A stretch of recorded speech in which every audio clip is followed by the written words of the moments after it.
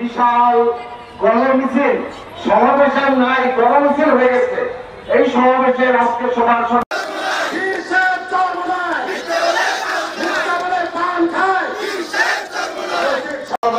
নিয়ে আপনারা কটাক্ষ করে কথা বলছেন।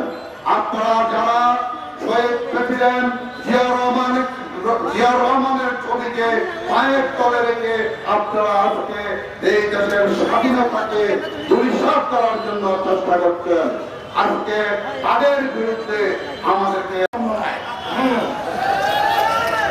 মিথ্যা বলে পান খায় পীর সাহেব সর্বনায়, মিথ্যা বলে নেশা খায় পীর সাহেব সর্বনায়। এটা কিন্তু যুবদলের স্লোগান, আপনাদের যুবদলের স্লোগান, মিথ্যা বলে নেশা খায় পীর সাহেব সর্বনায়।